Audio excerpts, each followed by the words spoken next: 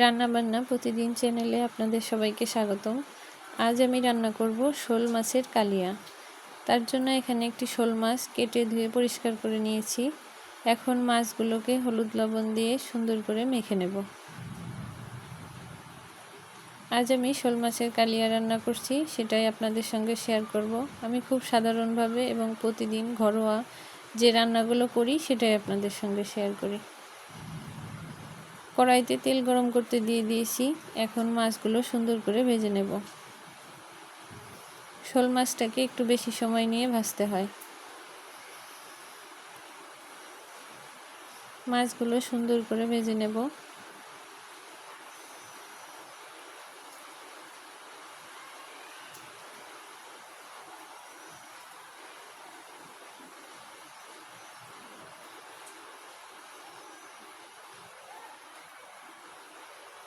এই যে শোল মাছটাকে সুন্দর করে লাল করে ভেজে নিয়েছি। এখন আমি মাছগুলোকে নামিয়ে নিচ্ছি।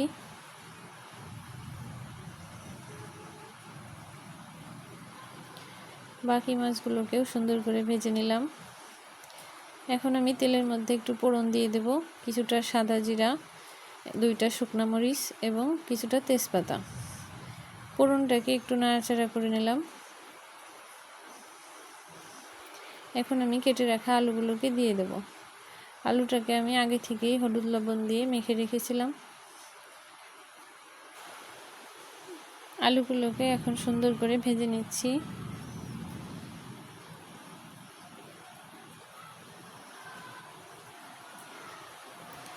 আলুটা সুন্দর করে ভাজা হয়ে গেছে।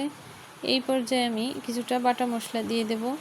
এখানে আমি পেঁয়াজ, রসুন এবং আদা একসঙ্গে বেটে রেখেছি। বাটা মশলাটা দিয়ে দিলাম।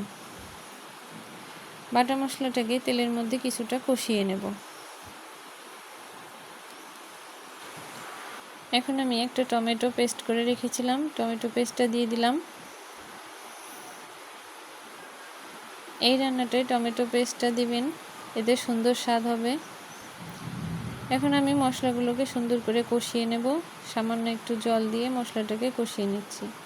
এখানে আমি পরিমাণ মতো জিরার গুঁড়া ও ধনিয়ার গুঁড়া দিয়ে দিলাম। এখন একটু শুকনো মরিচের গুঁড়া দিলাম। মশলাগুলোকে সুন্দর করে কষিয়ে নিচ্ছি।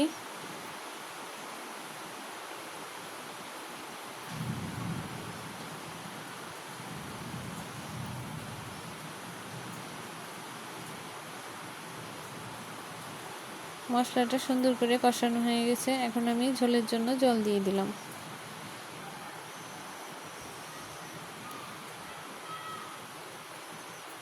পরিমাণ মতো জল দিয়ে দিয়েছি। এখন আমি ঝোলটাকে সুন্দর করে ফুটিয়ে নেব।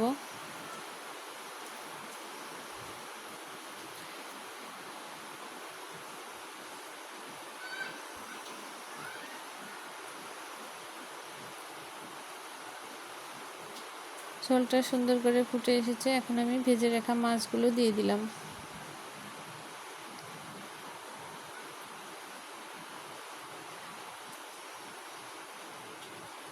মাছগুলোকে দিয়ে কিছুটা সময় জাল করে নেব। এই পর্যায়ে আমি একটু গরম মশলা বাটা দিয়ে দিলাম।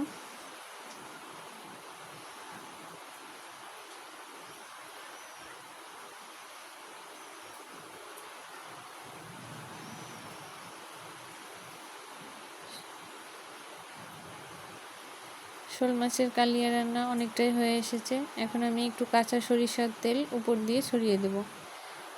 যে কোনো রান্নায় কাঁচা সরিষার তেল দিলে খুব সুন্দর একটা ঘ্রাণ হয়।